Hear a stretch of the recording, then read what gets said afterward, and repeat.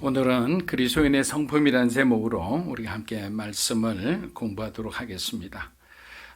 여러분은 사람들에게 어떤 사람으로 소개받고 싶습니까? 보통 우리가 누군가를 소개할 때, 특별히 공식적인 자리에서는 그 사람이 맡고 있는 어떤 직책을 이야기하는 경우가 많습니다. 크리스찬의 경우도 별반 다를 바가 없습니다. 예를 들어 성동공동체 순장 누구누구입니다. 직업은 학교 선생입니다. 보통 이렇게 말을 합니다.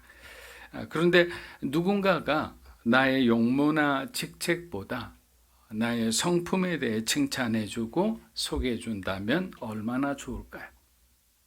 여기에 계신 A 집사님은 정말 훌륭한 인격과 성품을 가지신 분입니다. 예수님을 정말 닮으신 분이라고 할 정도로 그렇게 매사에 모든 사람을 사랑으로 대하고 계십니다.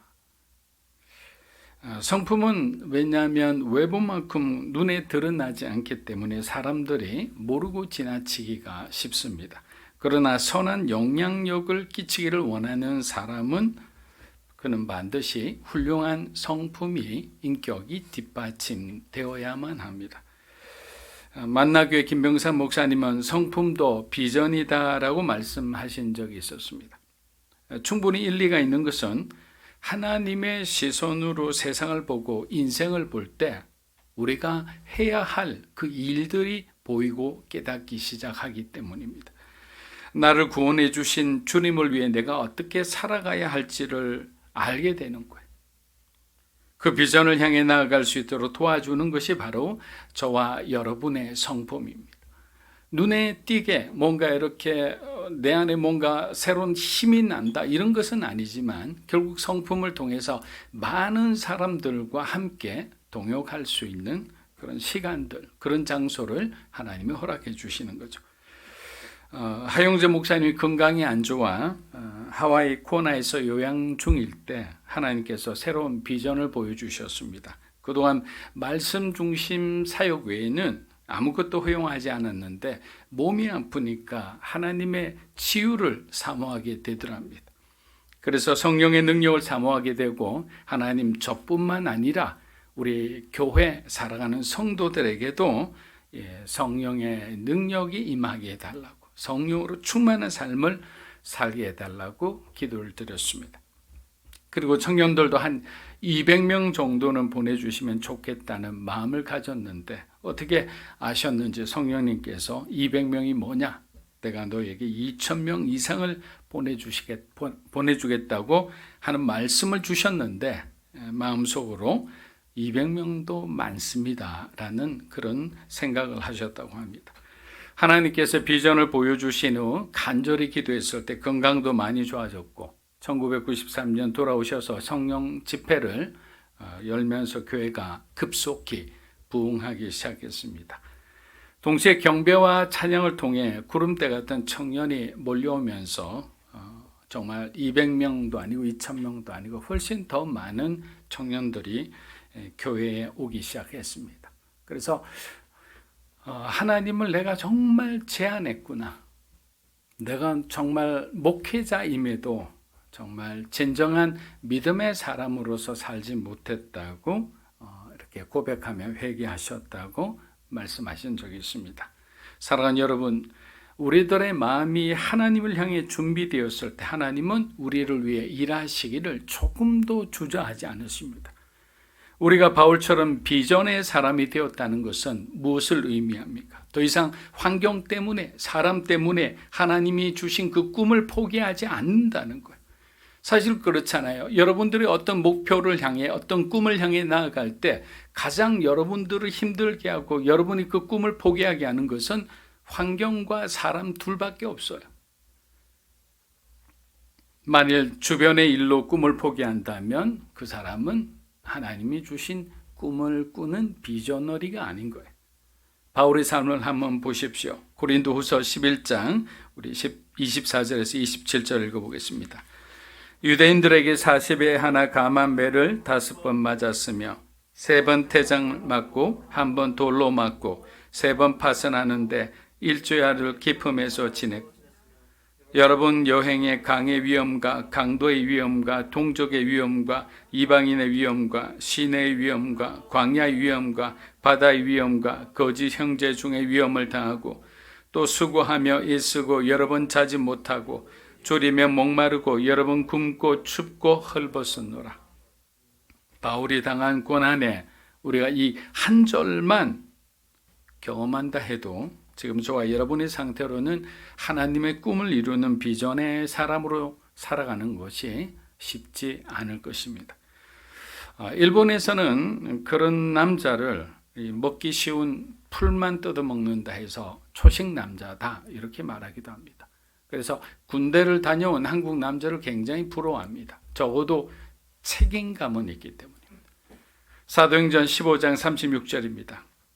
며칠 후에 바울이 바나바더러 말하되 우리가 주의 말씀을 전한 각 성으로 다시 가서 형제들이 어떠한가 방문하자 하고, 자, 안디옥 교회가 이방인 개종자 할례 문제로 아주 시끄러웠습니다. 그러다 다시 안정을 찾자 바울은 1차 전도 여행 때 개척한 교회로 돌아가서 형제들을 다시 돌아보고 싶은 마음이 간절해졌습니다. 그래서 1차 여행 때 함께 갔던 바나바에게 동행할 것을 제안합니다.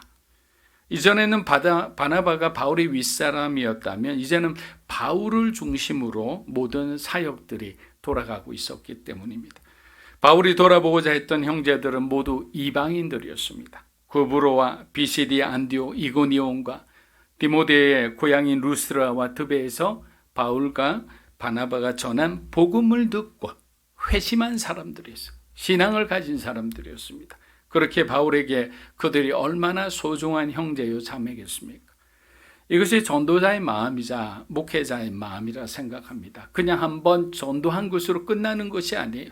그 사람이 정말 그리스도 안에서 장성한 분량으로 자랄 때까지 계속 기도하고 계속 케어하고, 그러면서 그 사람이 정말 전도자의 삶을 살 때 우리가 한 전도가 사실은 마무리되는 거예요. 그냥 한번 그 사람에게 예수 믿으세요 하고 교회 데려오는 걸로 끝나는 게 아니에요. 그러니까 어떤 한 사람을 우리가 해산하듯이 정말 그 어떤 복음으로 우리가 양육한다는 것은 정말 어려운 일입니다. 주님께서 마음을 주시지 않으면 그것이 우리 힘으로는 할 수 없다. 바울이 돌아보고자 했던 형제들은 주님을 위해서 헌신하고 하나님을 위해서 정말 순교할 각오가 있던 그런 사람들이었습니다. 미국에서 가장 유명한 주간지인 타임에서 보도한 내용입니다. 오늘날 정신과 치료를 받는 환자 가운데 거의 90%가 인간관계 문제 때문에 병을 찾는다고 합니다. 그래서 그들이 내린 결론은 다음과 같습니다. 표를 하나 보세요. 좋은 환경 플러스 나쁜 관계는 불행이라고 그랬습니다. 환경은 좋은데 관계가 나쁘면 그 사람은 불행하다 느낀다는 거예요.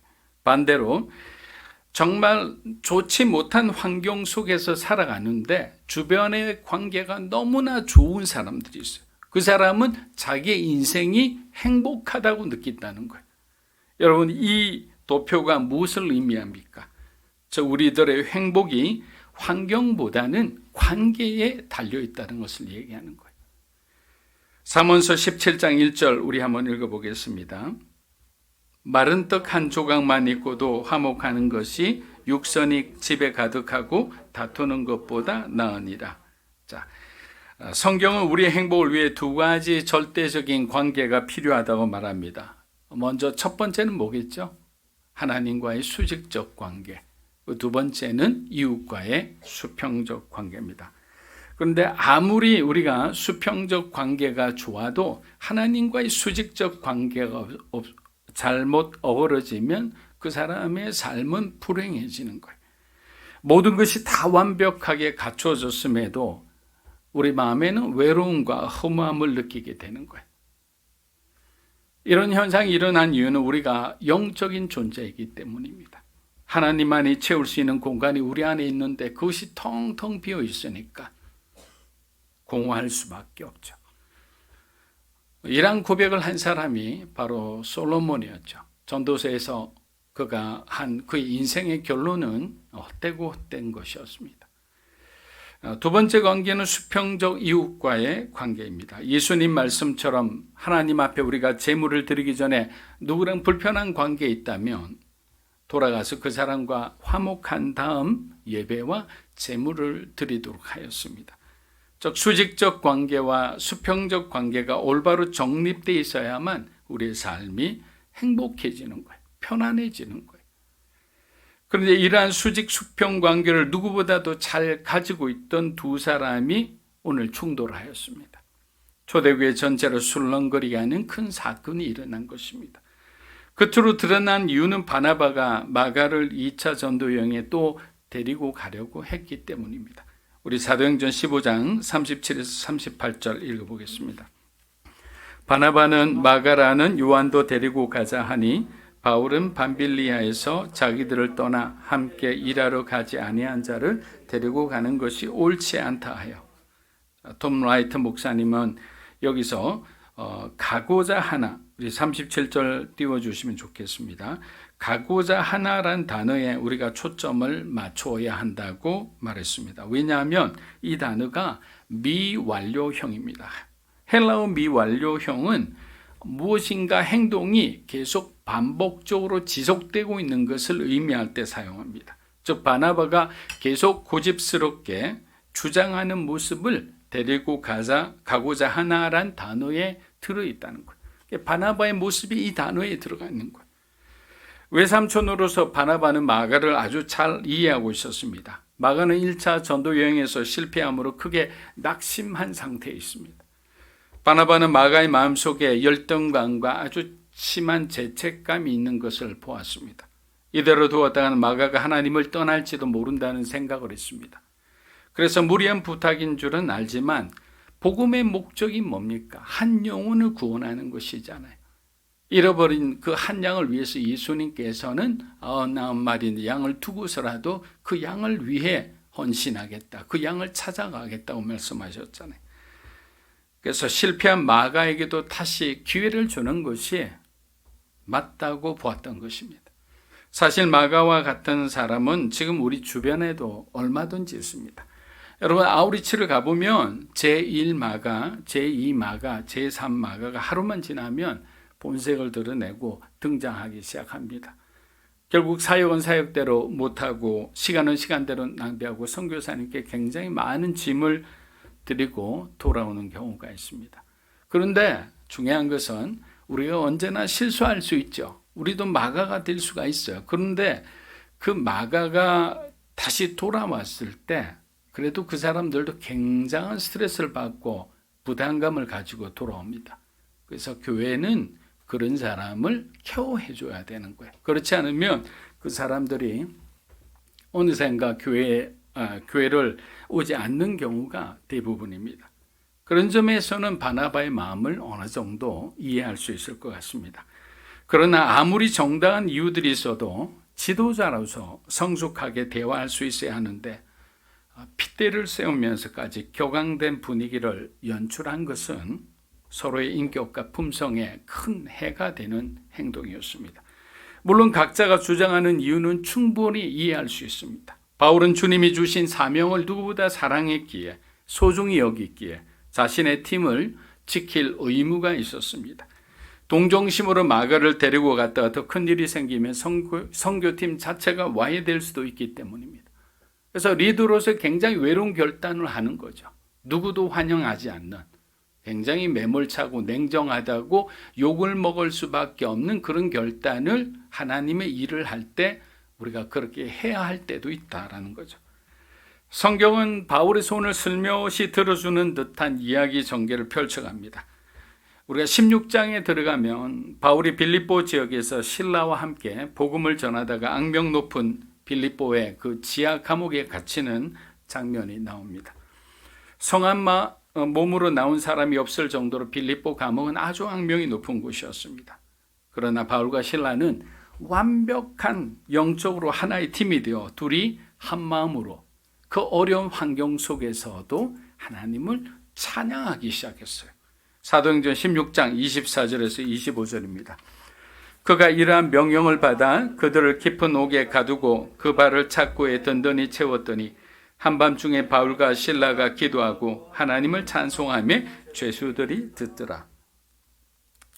결과론적인 입장이지만 만일 아직 1단계 훈련을 겨우 마친 마가에게 우리가 한 번 더 기회를 준다고 해서 그를 빌립보로 데려왔다고 한번 생각해 보십시오. 빌립보 감옥은 마지막 5단계 정도의 레벨의 훈련의 장소입니다. 생사를 장담하지 못하는 이 상황을 맞이했을 때 어린 마가가 이런 압박과 두려움을 과연 감당할 수 있었을까요? 많은 신학자들은 이 부분을 놓고 결론을 내리기를 주저합니다. 그러나 일부 신학자들은 바울의 선택이 좀 더 합리적이었다고 얘기를 하기도 합니다. 그러나 우리가 바나바만의 입장에서 우리 한번 바울을 보면 바울은 어떤 사람일까요? 바나바 입장에서 바울은 배은망덕한 사람이죠. 바울이 거듭나기 전에 했던 그리스도인과 교회를 핍박했던 행동들은 사실 용서받기 어려운 것들이었습니다. 아무도 그를 용납해 주지 않았을 때, 아무도 그를 수용해 주지 않았을 때 바나바가 그를 품어주었습니다. 사도들에게 소개해 결국 안디옥 교회에서 목회할 수 있는 기회를 준 은인 중의 은인입니다. 그런데 마가 요한을 품지 못하는 좁은 그의 마음과 생각을 듣는 순간 온유했던 이 바나바의 마음도 폭발한 거죠. 사랑하는 여러분, 우리는 서로 다 허물이 많은 존재임을 인정해야 합니다. 이 세상에 하나님 보시기에 완벽한 사람이 그 누가 있겠습니까? 그렇게 당면한 문제를 어떻게 하나님의 방법으로 이 충돌된 이 격심한 갈등 가운데 있는 이 관계를 어떻게 풀어내는지 그 길은 하나님만이 갖고 있는 거예요. 우리가 인간적으로 뭔가 이렇게 노력해봐야 결국 그것이 또 꼬이다 보면 더 복잡해질 때가 있는 거예요. 그래서 여러분 안에서 어떤 사람하고의 문제가 생기면 그 문제는 대화로도 풀 수가 있겠죠. 그러나 가장 중요한 것은 기도해야 합니다. 하나님께 기도해서 우리가 우리의 어떤 마음으로 풀 수 없는 문제이기 때문에 하나님께서 개입해 달라고. 하나님께서 먼저 내 마음을 넉넉하게 해주셔서 내가 저 사람을 품을 수 있는 사람이 되게 해주시고 또 저 사람에게도 나의 상황을 이해시켜 주셔서 더 이상 우리가 날선 상태에서 그렇게 대립된 삶을 살지 않게 해달라고. 그렇잖아요. 요즘 70, 80 더 많이 살지만 100세 인생이라 하지만 우리가 이 땅에서 사는 시간은 제한되어 있잖아요. 그리고 하나님께서 우리를 언제 부르실지 우리의 날때의 시간은 정확하게 기억하지만 우리가 주님의 부르심을 받는 그 시간은 그 누구도 알지 못하기 때문이에요. 그러니까 주어진 정말 제한된 이 시간에 우리가 사랑하기도 바쁜데 미워하고 반목하고 서로가 뭔가 이렇게 시기하고 질투해서는 안 되는 것입니다. 사도행전 15장 39절 우리 한번 읽어보겠습니다. 서로 심히 다투어 피차 갈랐으니 바나바는 마가를 데리고 배 타고 구브로로 가고. 자, 여기 심히 다투다는 의미로 번역된 헬라어 파록시스모스란 단어는 심각한 충돌, 격렬한 말다툼이란 뜻을 가지고 있어요. 그리고 동시에 발작과 경련이란 의학적인 이런 뜻을 가지고 있는데 이것은 심각하게 고양된 감정 그리고 벌겋게 상기된 일그러진 얼굴 이런 것을 표현한 거예요. 두 사람의 상태가 지금 얼굴이 막 불그락 이렇게 하면서 굉장히 격앙된 상태에 있었다는 것을 알 수가 있습니다. 사실 좀 이해 안 되잖아요. 바나바는 우리가 정말 온유한 사람으로 대명사죠. 화해의 사람이잖아요. 평화의 사람이잖아요. 바울 역시도 남을 이렇게 막 말로서 해하는 그런 사람이 아니에요. 점점 그는 하나님의 사랑의 사도로 이제 점점 변해가는 것을 봅니다.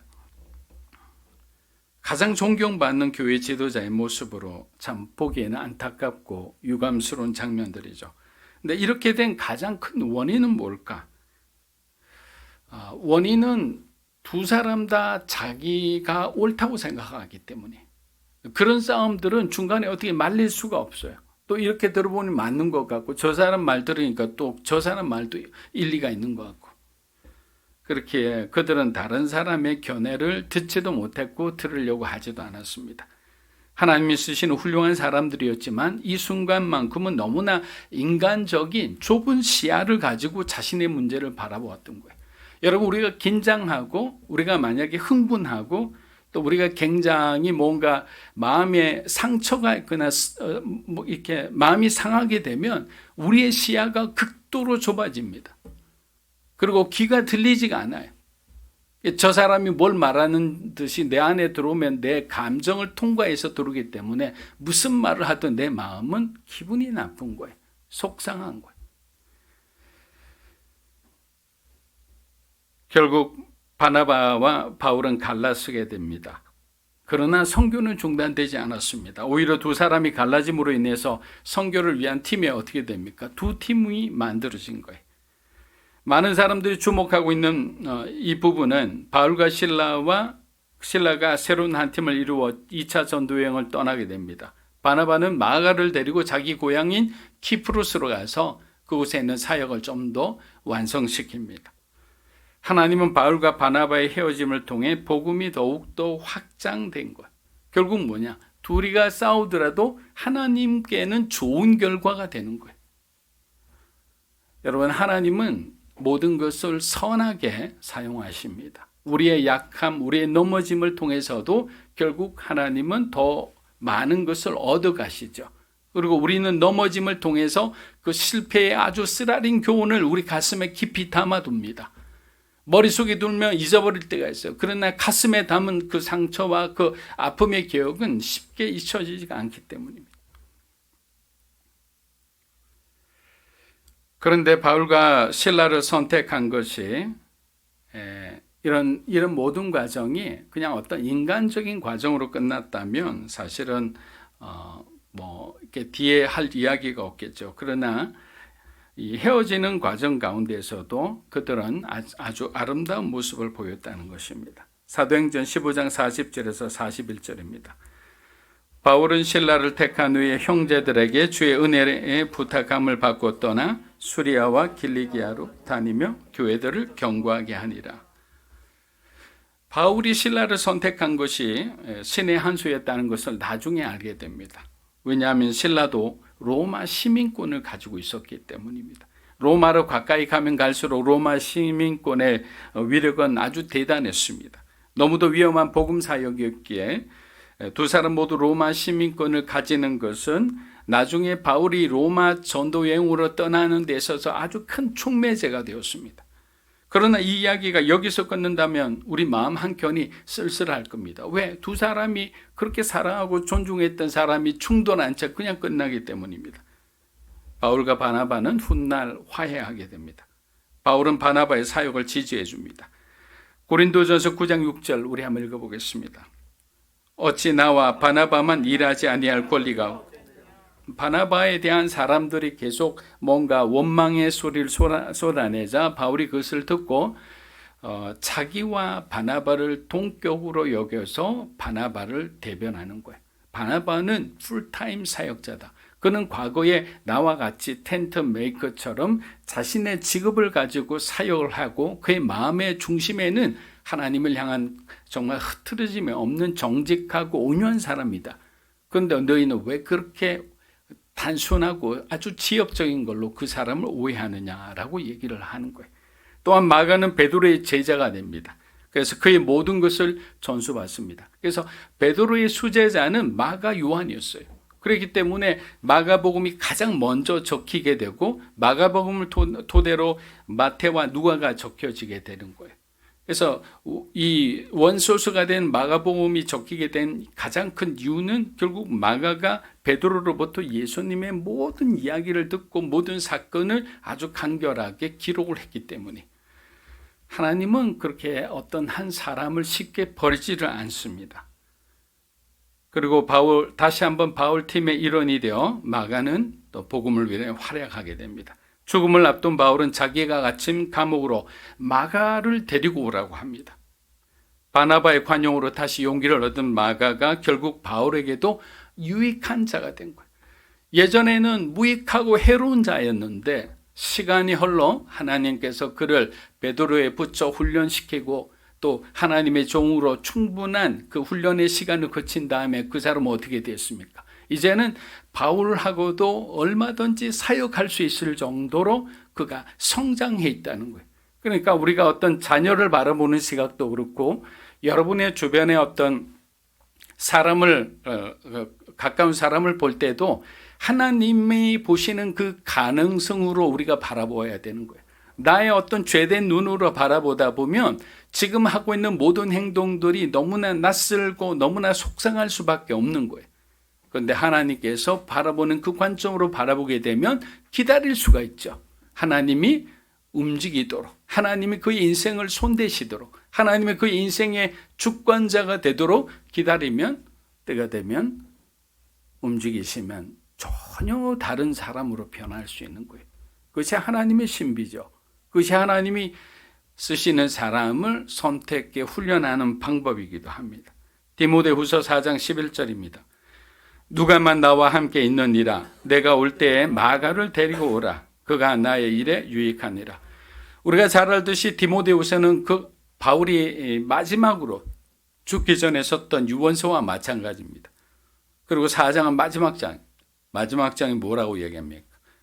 마가를 데리고 오라고 합니다. 마가를. 사랑하는 여러분, 바나바와 바울의 이야기를 보면서 우리가 배워야 할 실제적인 교훈이 크게 두 가지가 있습니다. 첫 번째는 우리가 주님의 일을 할 때라도 언제나 이견이 있을 수 있다. 그래서 우리가 이견이 있는 것을 기분 나빠하지 말라는 거예요. 저 사람의 의견이 있다면 나의 의견도 있는 거예요. 그것을 잘 조화롭게 조정해 나가는 것이 우리 좋은 성품을 가진 크리스찬들의 어떤 역할이죠. 그냥 내 의견에 반대했다 해서 막 그냥 불같은 화를 낼 필요는 없다는 거예요. 서로가 옳다고 주장하는 순간 우린 서로를 얼굴을 붉힐 수밖에 없습니다. 두 번째는 성령 충만했던 사람이라도 의견이 맞지 않으면 서로 헤어질 수 있다는 거예요. 그래서 목회자가 목회자들끼리 아니면 좋은 정말 성령 충만한 어떤 크리스찬들이 또 다른 곳을 계속 움직이는 그것은 이상한 것이 아니다. 당연한 거다. 그런데 하나 유의할 것은 뭐냐?